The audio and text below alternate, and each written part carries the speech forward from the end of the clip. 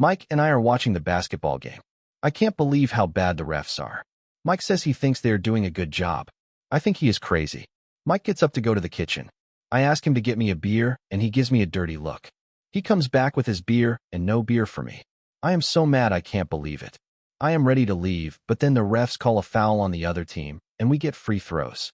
Mike is a jerk, but I love him. As my sister Isla was about to be kidnapped by human traffickers, the sky suddenly lit up with a series of explosive bullet comments. One of them read, "The glorious female lead has been reborn. She's being abducted right now, but she's not worried at all because she knows her cheap-ass brother will come save her and take her place instead." The next bullet comment was even more outrageous. The female lead's only obsession after reincarnation is to wait for the supporting male character to disappear, then go to the orphanage to find the male lead and make him her brother instead. What a deliciously twisted drama. Another comment chimed in. In the previous life, the male lead wasn't adopted until 3 years later. Because of that, the billionaire parents didn't have time to transfer all the assets from the supporting male to the male lead before the supporting male was found again. Luckily, our female lead had brains. To avenge the male lead, she tricked the supporting male into the black market and sold him off in batches. On the day the supporting male died, she returned billions in assets to the male lead. So sweet. The final bullet comment read, "But being reborn isn't so bad. In this life, the female lead will never give the second male lead a chance to come back home." Seeing all this, I immediately took 2 steps back without making a sound, pretended I hadn't seen anything, and turned around to run. Chapter 1. I turned my head and saw Isla surrounded by 3 burly men. She shouted toward me at the alley entrance, "Call the police. Hurry, call the police." Oh, look at that. A voice trembling with fear, almost convincing. "What a pity, my dear sister. You're not the only one who was reborn. I was reborn too." And once again, the sky exploded with bullet comments gleefully watching the drama unfold. One comment read, "Classic human shield plot. Come on, supporting male lead. Don't be an obstacle to our main couple's love." All right, good. Another chimed in. "Our male lead is still out there working miserable jobs. Supporting male, hurry and rescue the female lead so Isla can go rescue the male lead." Rescue. I remember it vividly. When I threw myself at the traffickers without a second thought, all I saw was her cold back fleeing the scene. I barely escaped from that hellish mountain, thinking I could finally have family again, but I didn't even get a single day of peace. She, my dear biological sister, sold me to a black market auction where organ traffickers gleefully split me into price tags. And just because of one sentence from them, they decided to change the rules on the spot.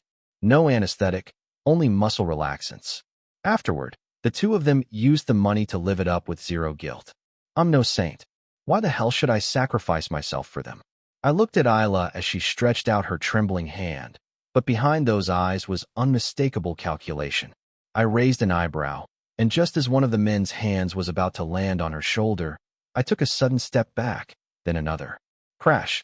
The phone I had been gripping tightly slipped from my hand, shattered on the cold concrete, and fell straight into the sewer with deadly precision.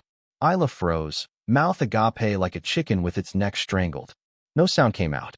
Even the bullet comments were dumbfounded. What's going on?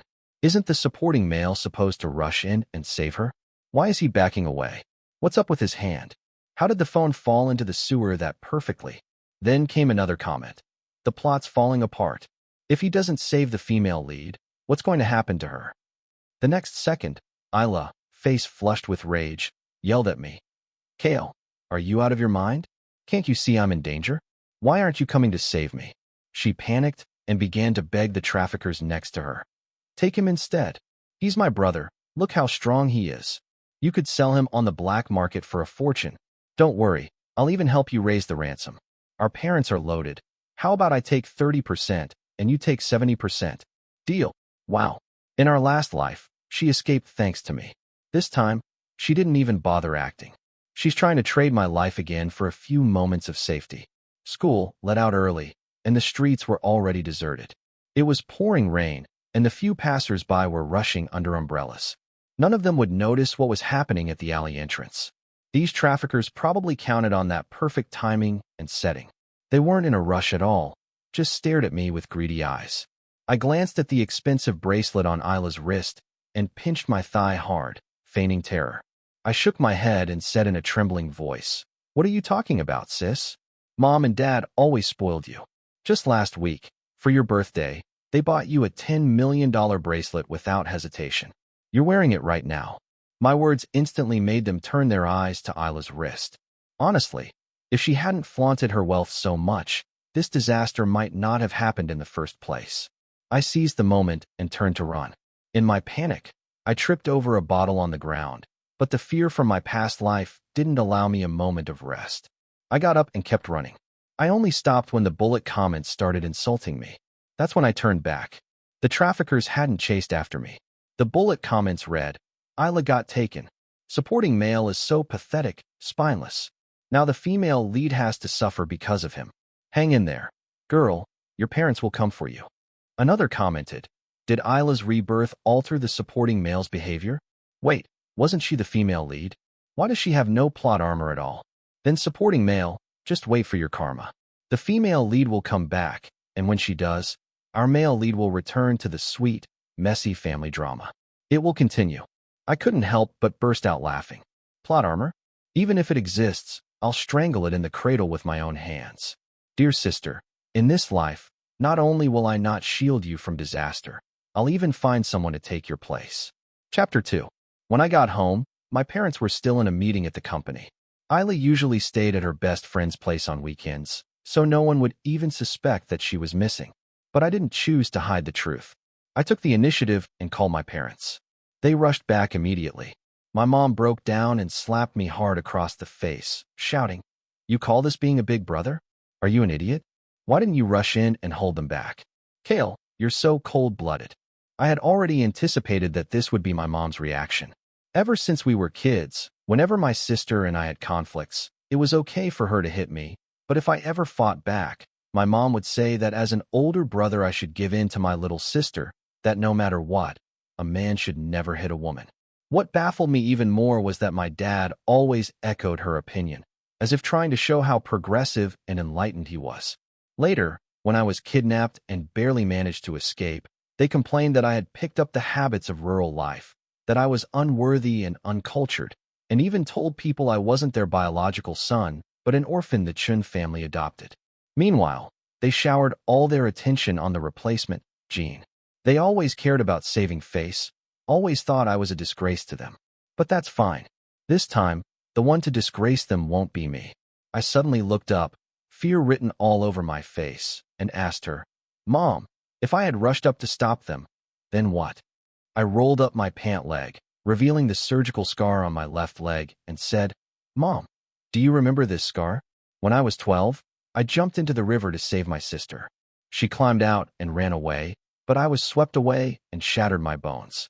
I stayed in the hospital for 3 months, and to this day, when it rains, my leg still aches. That night, in that heavy rain, I could barely stand from the pain." Later, she said it was all just to test my loyalty.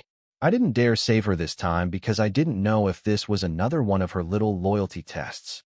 It really hurt, but there was no such thing as a loyalty test. The truth was, Isla wanted to fight me for the family inheritance. She was trying to find a way to kill me. My words stirred up my mom's memories, and her face instantly filled with regret.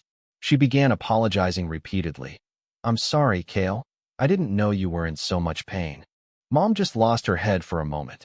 Maybe because of her change in attitude, my dad also believed me. He slammed the table and roared, "Right? It must be her own scheme.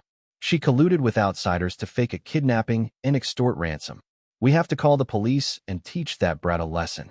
Without another word, he called the police and reported Isla missing, demanding they find her. I wasn't worried in the slightest. The human traffickers behind this were powerful.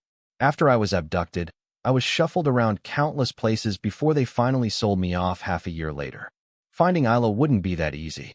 As the days passed, my parents' anger turned to fear and worry.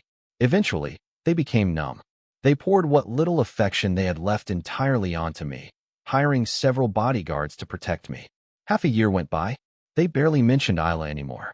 When my 16th birthday came, I knew it was time to act.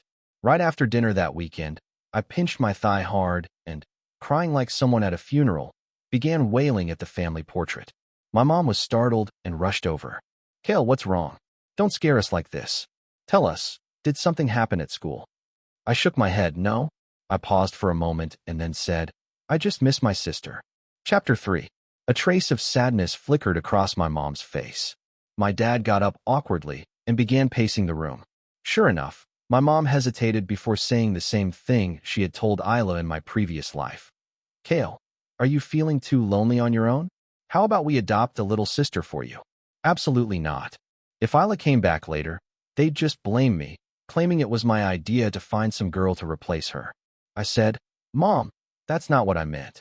I continued, a few days ago, I had a dream. I saw my sister suffering terribly. She was living in misery. It's a shame even the police haven't been able to find her to this day. We still don't know whether she was truly kidnapped or if she was working with the traffickers. I want to use my free time on weekends to volunteer to help those in need. Maybe that way, I can earn some good karma on her behalf. My parents were moved, tears welling up as they praised me for being so thoughtful. My dad said, Kale has grown up. You're so sensible now. Do whatever you feel is right. Your mom and I will fully support you. I nodded and chatted with them for a bit before heading back to my room to review the information the private investigator had sent me on Lyra. Then the bullet comments popped up again, full of insults. This male side character is disgusting. He's just feeling guilty and trying to redeem himself with fake good deeds, becoming the protagonist. Please just wait. Once the main couple returns, it'll be the end for you. Another comment read, poor female lead. She's been beaten by traffickers for half a year, barely has food or clothes. All because of this worthless man. The next one, now that the female lead's kidnapped, the male lead will just have to suffer like in the last life, too. I only smiled silently and contacted my driver to plan tomorrow's schedule.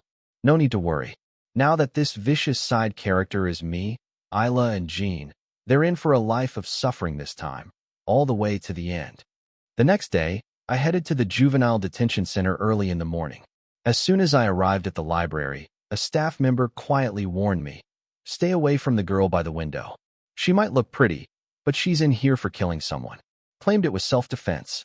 Her adoptive father was a monster. He didn't adopt her out of kindness, and the night he tried to force himself on her, she killed him. It was brutal. I nodded with a smile, but after the staff member left, I deliberately walked over to Lyra with a book in hand. Lyra looked up, her eyes coiling around me like a venomous snake. In just a second, a chill ran down my spine. Exactly like the first time I met her in my past life. Before I was sold into the mountains by traffickers, I had met Lyra, also abducted by them. We spent a few days together. I was the one who always initiated conversations. She only answered selectively. The next time we met was when I finally found a chance to escape from the mountains. By then, she had already killed the crime boss who bought her and taken his place, becoming the Black Widow the local media talked about. She recognized me, took out the villagers chasing after me, and helped me return safely to the Chin family. Snapping back to the present, I sat down across from her. The bullet comments, as usual, seemed to know even more than I did. Holy shit, isn't that the female villain Lyra? Why is Kale talking to her? At this point in the story, they don't even know each other. Another said, this side character's guts though. He actually came to find this psycho chick. Her adoptive father's debt collectors are offering a reward for her. She's clearly hiding in here on purpose. He's gonna get himself killed. And the next one. Good, let him die. That's karma for not saving the female lead. A trashy man paired with a psycho woman. Perfect match. Oh, so Lyra's the female villain. Well, that does make us a good pair. As for the bounty, I'd already learned all about it from the private investigator I hired. I came here today specifically to negotiate with her. I opened the book and handed her a slip of paper. It contained the intel I'd gathered. I said, the debt collectors bribed a guard. 3 days from now, during free time, they're going to kill you. Lyra's fingers tensed. She looked up at me again, her eyes dark and unreadable. I smiled slowly and said, come with me. I'll help you handle it. She bit her lip. What's the condition? I stared straight into her eyes and said word by word, be my pawn. Help me crush all the trash in my way. Lyra rolled her eyes. And why the hell should I trust you? Prove it. She pointed out the window. A bald, scar-faced man was raising his fist at a boy who looked about 14 or 15. I raised an eyebrow, just about to get up and make a call, when suddenly a bullet comment flashed by. Chapter 4. The bullet comments read, "Isn't that the male lead? What a coincidence. He just finished his part-time job and happened to pass by the vicious side character's car." Another comment, "The male lead has suffered so much. He can't help but stare at the luxury car a little longer. Just don't let the side character catch you."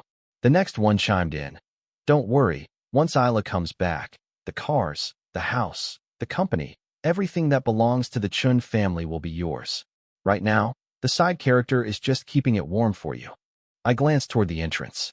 Not far away, Gene was cautiously probing my family's driver, asking who knows what. His eyes were glued to the luxury car, fingers clenching subconsciously. Greed, plain and unfiltered in his gaze. I chuckled quietly. Wait for Isla to come back. Well, that depends on whether she can even crawl her way back out. I looked away and stepped into a corner to call my father. I said, "Dad, I'm volunteering today, but there's this bald guy with a scar here. He's beating a kid with an iron rod. The kid's bleeding all over the place. Dad, what I mean is, can you have them lock that guy up in isolation?"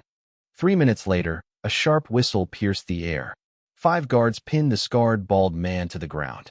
Electric batons crackled with sparks. Lyra's pupils trembled slightly. I put my phone away and asked her, "Was that convincing enough?" "Your answer." Lyra pressed her lips together and said with mocking sarcasm, "So what's next? Are you going to cry to your daddy every time you hit an obstacle?" I didn't respond, just smiled. After spending a few days with her in my past life, I had already figured her out. She's the type who's pretending to hesitate when she'd already made up her mind. The fact that I dared to propose a deal meant I already had a solution for her problems. I said, "I'll go handle the paperwork. You get changed and wait for me at the gate." Chapter 5. After leaving the juvenile detention center, Lyra was already standing beside the Maybach in her own clothes.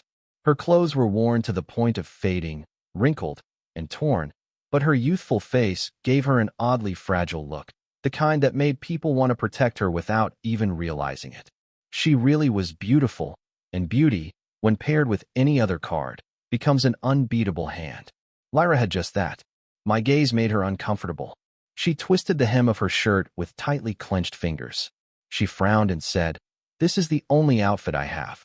If you think I'm dirty, I don't have to get in the car." Only then did I realize she'd misunderstood me.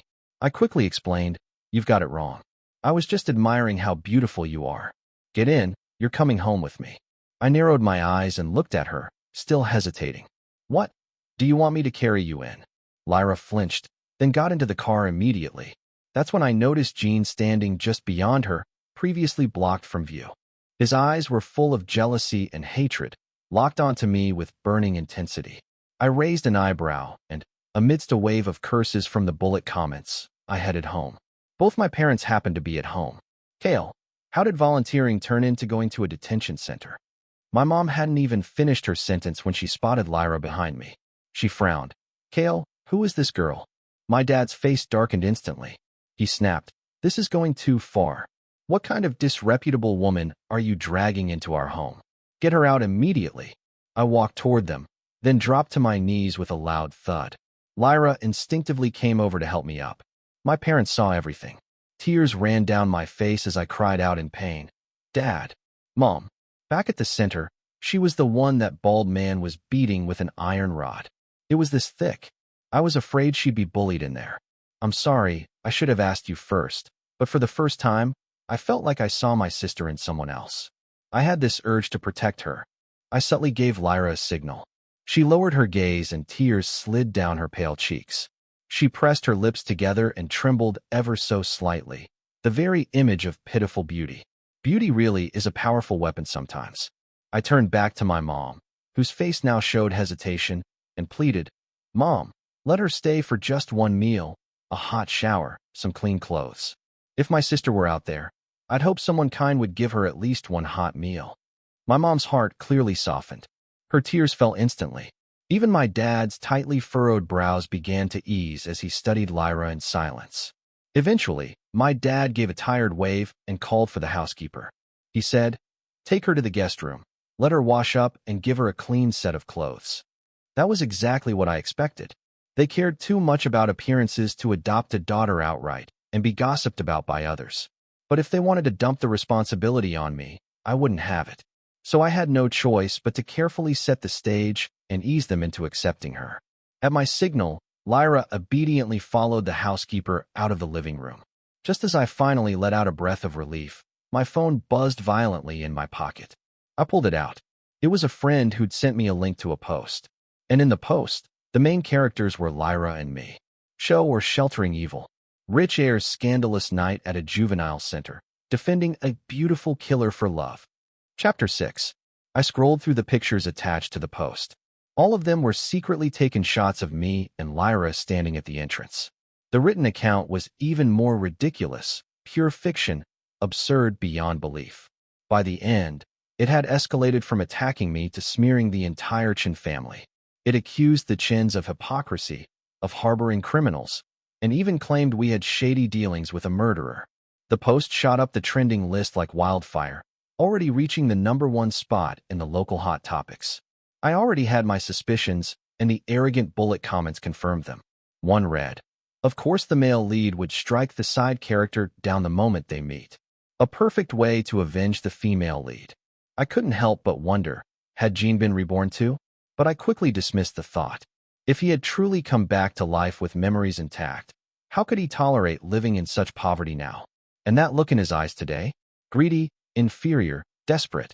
There was no way he was faking that. In a twisted sense, he and Isla really were made for each other.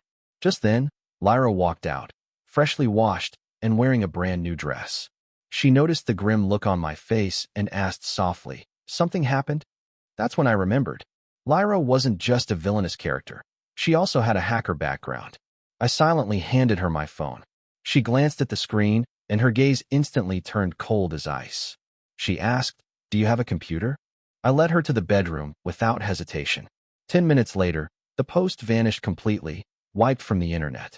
The account that published it was permanently banned, and every bit of information tied to that burner account's IP address was laid bare by her. Lyra looked up at me. "You have a grudge with him?" I nodded. "You could say that." She lowered her head again and worked a bit more before turning the screen toward me. A topic under Jin's name was rising bizarrely fast up the trending chart. It was filled with his dirty past, stealing aid funds meant for underprivileged students, gambling in underground casinos, a chaotic private life, shady loans to build a fake persona. So the male lead was secretly involved in every vice: drugs, gambling, hookers, booze, and lies. Within half an hour, public opinion had completely flipped. Lyra closed the laptop and said to me, "I heard my adoptive father's debt collector died earlier today in the West District by the city edge." "Thank you." I waved my hand, about to tell her not to mention it, but she suddenly knelt beside me. She pulled a bottle of antiseptic from her bag and lowered her head to tend to the scraped skin on my knee. Her voice was quiet. "Next time you need anything from me, just ask. Please don't do something like this again." I nodded, slightly embarrassed. She paused, stood up, and added, "There's one more thing." She unlocked her phone and pulled up a photo, handing it to me. She said, "Isla has been found." Chapter 7. I looked closely at the blurry photo. It seemed to be taken in a basement. Isla was lying on a torn-up mattress, her left leg in a cast, her right hand wrapped in bandages. Her face was covered in bruises. She had clearly just been beaten. Lyra explained that Isla had tried to escape during a human trafficking transaction and had been caught. She said, "I found the address. Do you want to rescue her?" I was surprised, but more than that, I was delighted. Not even the bullet comments could figure out where the female lead, Isla, had gone, but Lyra found her easily. She wasn't a crazy woman at all. She was my lucky charm. I smiled and tossed the phone back to Lyra. I said, "Then you better hurry, little sister. Do your best and win my parents' affection." Honestly, Jin's brilliant little scheme had helped me and Lyra indirectly. The next day, when my parents heard about the situation, they looked at Lyra with new eyes. They even came up with an excuse to let her stay at the Chun residence permanently. Lyra was smart. Her complicated upbringing had made her extremely sensitive to others' emotions. In less than a week, she moved out of the guest room into the bedroom next to mine, a room that once belonged to Isla.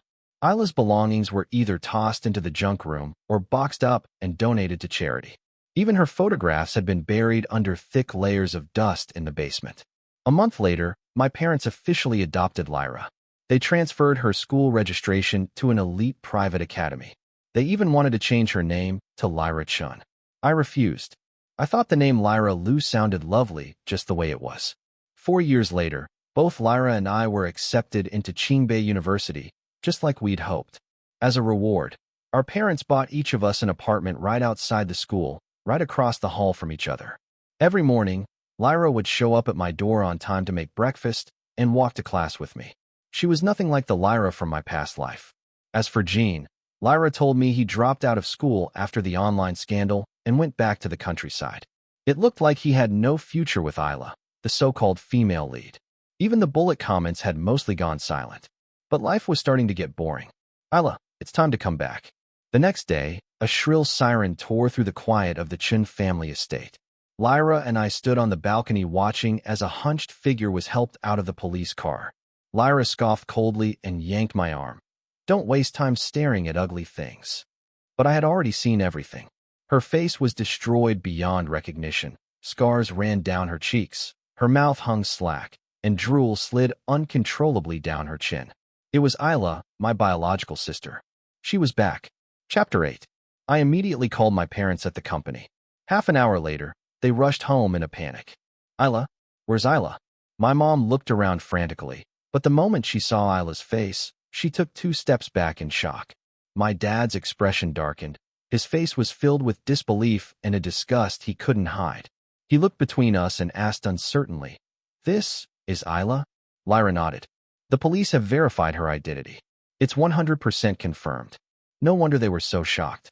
Isla's current appearance was completely unrecognizable. Her face was covered in scars. Her right hand had shriveled into a deformed claw, curled up like a dead bird's talon. Her left leg was missing below the knee. She could only barely stand by leaning on a wooden crutch. The smell clinging to her body was overwhelming, a sickening mix of antiseptic, bodily waste, and rot. My mom immediately covered her mouth and started retching. Tears streamed down her face. Meanwhile, Isla just stood there, mouth open, grinning at us like a fool. Even the bullet comments needed a moment to process it. One said, "Wait, this is Isla? My God, how did things get so bad?" Kale came back with all his limbs intact. What gave those traffickers the right to torture the female lead like this? Another comment, "It's all Kale's fault. He's the reason she suffered so much." But there were others too. "It's okay. Everything's unfolding exactly as it should. The female lead is back. Those 2 filthy snakes are finished.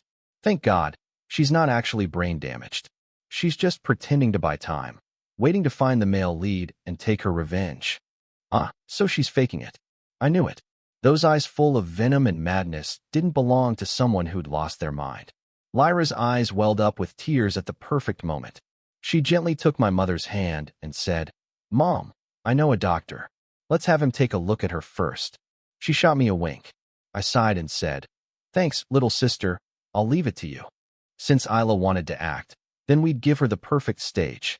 Soon, the private doctor Lyra had called arrived. He said, "The brain damage is irreversible. Her cognitive ability will remain at the level of a 5-year-old for life. She also shows signs of aggression." As he spoke, he discreetly injected Isla with something. The next second, Isla suddenly lunged forward and bit down hard on my mother's arm. My mom screamed hysterically. In her panic to escape, she accidentally kicked Isla's right leg. That was enough to set my dad off. He immediately declared, "Isla's out of here. Get this lunatic out of here. She can't stay in our home. Send her to a psychiatric hospital." My mom, holding her nose, agreed. "Kale, make sure to cut the costs by 30%. She's beyond saving anyway. No need to waste more money." I could visibly see Isla's body go rigid. The look in her eyes wasn't so arrogant anymore. She clearly couldn't handle the fact that our parents had rejected her. But, dear sister, this is only just the beginning. Chapter 9. Late at night, the nurse Lyra had arranged for Isla sent me a message. "Mr. Chun, your sister suddenly grabbed me just now and, with completely lucid eyes, said she wanted to contact Gene." So she really hadn't forgotten him. The only question was, would Gene still be attracted to her now? I was about to make a call, but Lyra gently pressed down on my hand. She said, "Not yet." I didn't understand until I saw her fingers dancing across the keyboard, pulling up a video. Ayla had been contacting others too. She was trying to have me kidnapped and sold at auction. Quite bold of her, really. She was hoping I'd fetch 10 million. I raised an eyebrow in mild amusement. Lyra let out a cold snort. I remember the rules of that place. If you don't deliver a product to auction, you have to go up for sale yourself. She wants to play the auction game? Fine, let's help her get the full immersive experience. For several days, Lyra intercepted 7 or 8 different groups who tried to take me away. Then she handed over Ayla's location to them instead. It wasn't long before I heard Ayla had been taken. A few days later, Lyra invited me to attend the auction. That day, alongside Ayla, there were plenty of other products on display, but Ayla was the finale. We waited almost 2 hours before it was her turn. As soon as the details were revealed, bids flew in fast. One bidder after another raised their paddles. The atmosphere was electric, even more intense than the time I was auctioned in my past life. No one expected the final bidder to be a wealthy Southeast Asian businessman who paid a shocking amount for Ayla's first night. According to Lyra, the man was infamous for collecting the deformed and grotesque. Ayla's withered right hand and empty pant leg fit right into his niche tastes. 3 days later, Ayla, heavily sedated, was transported like livestock to a luxury suite on the outskirts of the city. A few hours after that, she was dumped behind the hotel in a pile of garbage.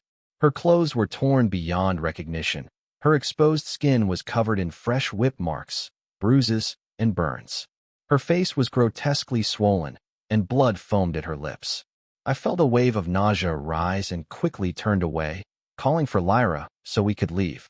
On the way out, I had someone pick up Ayla's half-dead body and return her to the psychiatric hospital. The bullet comments had gone absolutely insane with rage, but it wouldn't be long before they'd be thanking us. Because to fulfill Ayla's wish, Lyra and I had gone to great lengths to lure Jean back. That night, as Lyra was finishing a seafood feast, a nurse came in and told us Ayla had woken up. When she saw Jean, now working as a security guard at the psych hospital, she broke down and threw herself into his arms, sobbing uncontrollably. Meanwhile, the bullet comments howled with joy. Wah! The male and female leads are finally reunited. So touching. Lyra and Kale finally did something decent. Jean, don't be nervous. That's your future wife. The entire Chin family will be yours soon. You're about to live like royalty. I chuckled softly in resignation and whispered to Lyra. At the same time, I announced to the bullet comments a truth already set in motion. I said, the game has officially begun. Chapter 10. Only a few days had passed before news came from the psychiatric hospital. Jean wanted to resign. After asking around, I found out the real reason. Jean simply couldn't bear looking at Ayla's face any longer. As expected, the bullet comments immediately began blaming Jean for being shallow and obsessed with appearance. But honestly, I didn't blame him. In our previous life, Ayla was at least a rich young heiress. Her looks weren't stunning, but they were decent enough. But now things had changed. In her current condition, how could she possibly hold on to someone like Jean, a man so driven by selfish gain? So I immediately made a suggestion to my parents. Mom, Dad, I heard Ayla's been begging to travel and go outside while at the hospital. She's had a rough few years. Maybe we should fulfill some of her little wishes. My mom's eyes instantly turned red. She sighed for a long time, then called someone to arrange a monthly allowance of 50,000 yuan for Ayla. My dad frowned, but in the end allowed it. To us, 50,000 wasn't much, but to Jean, who'd grown up in poverty, it was a fortune. Sure enough, a week later, we heard that Jean had withdrawn his resignation. Looked like our male and female leads would fall in love all over again, just like in the last life. But life never sticks to the script. 1 month later, before the protagonist could make a comeback, my grandfather passed away. My father was devastated. His grief triggered a severe illness. My mom became overwhelmed juggling the company and caring for my bedridden dad. She handed the funeral preparations over to me. Kale, you've always been mature and steady. This time, I'm counting on you. I gave a solemn nod. Once she was gone, Lyra came over with a piece of information. Ayla's been asking about the funeral details. She's probably planning something for that day. Want to stop her? Stop her? Absolutely not. My dad was Grandpa's beloved youngest son. He had a huge ego. If Isla dared to cause a scene at the funeral, he'd be the first to tear her apart. We quickly finalized the funeral plans and made sure Isla got wind of the time and location. On the day of the funeral, I stood beside the casket, eyes casually scanning the crowd. In one corner, Isla sat in a wheelchair pushed by Jean. Her dull eyes flickered with hatred now and then. The bullet comments were more excited than the so-called protagonists, already popping champagne mid-funeral, waiting to see me crash and burn. But there was one thing they didn't know. My parents never intended for Isla to attend. They were ashamed of her. They hadn't even told outsiders that Isla had returned. The funeral began. The master of ceremonies was still reciting the eulogy when Isla couldn't hold back anymore. She stumbled forward and threw herself in front of Grandpa's coffin, drawing everyone's attention. Choking back sobs, she cried, "Grandpa!" Clutching the edge of the coffin, she glared at me with venom and screamed, "Grandpa, open your eyes and look. Look what they did to your granddaughter. It's all Cale. That bastard sold me to human traffickers. He had them break my legs." The guests were stunned. They kept staring at Isla and whispering to one another. Many eyes turned toward me, but I remained stone-faced, turning instead to look at my parents. Clearly, they hadn't expected Isla to show up. Their expressions were filled with panic and even more with disgust, especially when they saw the pus dripping from Isla's face smear onto the coffin. That was the final straw for my dad. Chapter 11. He roared, "Get her out of here. Who let this lunatic in? Drag her away. Don't let her desecrate the old man's peace." The bodyguards immediately stepped forward, but right at that moment, Jean rushed out. He blocked the bodyguards and stood in front of Isla, speaking, "Mr. Chun, Mrs. Chun, why are you trying to drive away your own daughter?" Miss Chun had clearly lost her mind, and suddenly she's back to normal today. This must be old Master Chin's spirit from heaven, unable to bear her suffering. Can't you at least hear her out? Of course they wanted to, but what she would say depended on me. Expressionless, I took the remote control Lyra handed me and pressed the button gently. The massive digital screen at the front of the morning hall lit up instantly. The crystal-clear hidden camera footage and audio recordings instantly drowned out all noise. Scene 1. Isla lies on a hospital bed, speaking softly into her phone. At the funeral, I'll pretend to be crazy and miserable to draw everyone's attention. Jean, that's when you spike my parents' drinks. Then we'll frame Cale and that bitch named Lyra. My mom cried out in shock and collapsed to the floor. Scene 2. From today, Isla was staring intensely toward the funeral. Jean asked nervously, Will this really work? What if? Isla cut him off impatiently. Look at you, such a coward. What are you panicking for? Have you forgotten what we agreed on? Once they fall, the entire Chin family will be yours. The crowd exploded. My mother's face turned ghostly pale, her body trembling uncontrollably before she fainted on the spot. My father, even more furious, rushed forward and slapped Isla across the face. He shouted, "Pretending to be insane is one thing, but you were actually trying to kill us." Jean still tried to defend Isla, pointing at the screen and yelling that the videos were all fake. But I had already anticipated their reaction. I signaled Lyra to toss a transparent evidence bag in front of them. I said, "Original video files, voiceprint comparison, recording equipment metadata, plus official certification from the Forensic Center. They're all in there. I'll give you time to come up with another excuse if you like." My voice wasn't loud, but it was enough to crush their mental defenses, especially Jean, who had never seen any real chaos in his life. He broke almost instantly. After just a few seconds of hesitation, he betrayed Isla right there. He said, "It wasn't me. It was her. It was all your daughter's idea. I'm just a doctor at the psychiatric hospital. She threatened me to drug you. She forced me to help her take over the Chin family. Or she said she'd drag me down with her. She's mentally ill, remember? Even if she kills someone, she won't get the death penalty." Isla was completely stunned.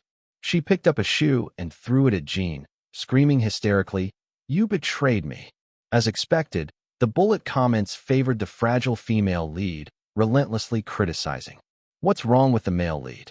Do you even know how much the heroine sacrificed for you, and you call yourself the male lead? Coward. Got a little scared and immediately sold her out. So selfish. Cale is brutal, not just killing bodies, but crushing souls. Another comment said, I feel so bad for the heroine. Everything she did was for Jean, and now she's been stabbed in the back. Heroine, quick, play your trump card. Just as I was wondering what trump card she could possibly have left, Isla suddenly calmed down, raised her head, and stared at me with steely eyes. She said, "Dad, you say I'm crazy, but do you even know what Cale, your good son, did to me?" Right in front of everyone, she stripped off her outerwear. What was revealed were layers of crisscross scars. Some were deep enough to expose raw flesh, the skin split open, and some wounds had even crusted over with dark scabs. She bit her lip and said, "Look at this. This is what your wonderful son, Cale, did to me." Isla's voice was hoarse, as if soaked in blood. "They treated me like livestock, like a plaything, sending me to be violated. This is the evidence." My mother, who had just regained consciousness, saw the shocking sight and burst into tears on the spot. She turned back to me in disbelief and asked, "Cale, what are these wounds? What happened?" Chapter 12. I couldn't help but frown. It had been over a month since Isla was auctioned off, yet those scars on her body were clearly new. Just as I was about to speak, Lyra reached over and took my arm calmly. She pulled out her phone and cast another video onto the large screen. Isla's voice came through loud and clear. "Yeah, hit me hard, especially the burns. Make sure the injuries are obvious so that my dad and mom will be heartbroken when they see them. The more pain they feel, the more they'll hate Cale. Once that happens, the Chin family will be ours." When the audio ended, Lyra casually pulled up yet another surveillance recording. It was from the day Isla caught the attention of the human traffickers. In the footage, she completely lost her temper and began cursing me. Her instigation of the traffickers to capture me was also crystal clear. Isla was utterly stunned. She stammered in disbelief. "No. No way. How? I was so careful." She really was. Even the people I had secretly monitoring her didn't catch on to this plan. But unfortunately for her, Lyra is a hacker. My mom finally snapped. She lunged at Isla like a mad woman, her fingernails clawing at Isla's face with ferocity. She screamed, "You devil! You monster! How could I have given birth to something like you?" My father didn't even bother to look at her again. With utter disgust, he gave his final verdict. "From this moment on, Isla is no longer part of the Chin family. Our daughter died 3 years ago. Get this shameless bitch out of my sight." Inside the mourning hall, all that remained was Isla's despairing screams as she was dragged away, and Jin's furious roars. And hovering silently in the air, bullet comments filled with outrage. "Damn dog. Don't think you've won just because of this. The heroine always makes a comeback. Get ready, Cale. Isla's going to crush you under her heel." Is that so? Well, I'm looking forward to it.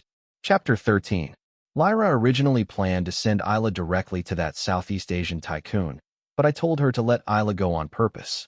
Along the way, we also leaked a little piece of information to Isla. My parents, heartbroken and disillusioned, had lost all interest in the business. They'd already signed the share transfer documents to hand control of the Chun Corporation over to me. Sure enough, just 3 days later, Jean called on Isla's behalf. He said, "Cale, your parents are in our hands. Bring the share transfer documents if you want them back." I ignored the provocations from the bullet comments and happily agreed to the meeting. A good show deserves proper coordination. When Lyra and I arrived at the abandoned factory on the outskirts of the city, Isla was gripping my mother's neck tightly with her good left hand. Her wheelchair was pushed up against my father's lower body. Her face wore a crazed, hysterical grin. Drool and blood were dribbling down her chin, nearly making me nauseous. She shouted, "Hand over the share transfer documents, or I'll kill them." Expressionless, I placed the case on the ground and opened it. Inside was a thick stack of equity transfer contracts, the official seals and stamp pad, and half a case full of US dollar bills. Isla's eyes lit up with greed instantly. She ordered, "Toss it over." I deliberately threw the case toward a spot not far from Jean. As expected, Jean, who had been hiding in the shadows, suddenly lunged forward and snatched the case from the ground. He laughed, "Give it to me. Isla's already crippled. Let her take the fall. The goods are mine." The sudden betrayal caught Isla completely off guard. Her stunned silence quickly turned into a surge of hatred. She released my parents and pushed herself toward Jean with all her might in her wheelchair. But how could she possibly beat him? In just a few moments, Jean had shoved her right to the edge of the rooftop. Isla let out a desperate scream, but just as she was about to fall, her survival instincts kicked in and her hands flailed wildly in the air. By pure chance, she grabbed hold of Jin's left pant leg. For several short seconds, Jean didn't even have time to react, and then both of them disappeared from view. A heavy, bone-crunching thud echoed from below, followed by a silence as still as death. Chapter 14. Jean died on the spot. Isla, on the other hand, was terrifyingly hard to kill. She fell from the 7th floor and still managed to cling to life long enough to make it to the hospital. Now, though, her body was filled with tubes, her heartbeat barely sustained by a ventilator and nutrient drips. Honestly, she'd be better off dead. When I turned around, I saw that Lyra had arrived. No idea how long she had been standing there. I walked up to her and brushed the raindrops off a strand of her hair. I asked, "Everything cleaned up?" She nodded and looked up at me. She said, "Your parents are completely disillusioned. The share transfer documents are signed, and they're already on a private jet heading overseas. The media's been taken care of too. The story's all about an accident." I nodded, then asked her, "How much did they give you?" 34%. I smiled. "Not bad. You're free now. Any plans on where you'll go next?" But instead, Lyra looped her arms around my neck, her soft voice whispering by my ear, "I'm your pawn. Of course I'll stay by your side forever." The corners of my lips lifted slightly. I took her hand and led her out of the hospital room, leaving the lifeless silence behind us, shut away behind the door. I said, "All right, in a few days, go ahead and pull the plug. No point wasting more money." Lyra nodded. "Got it."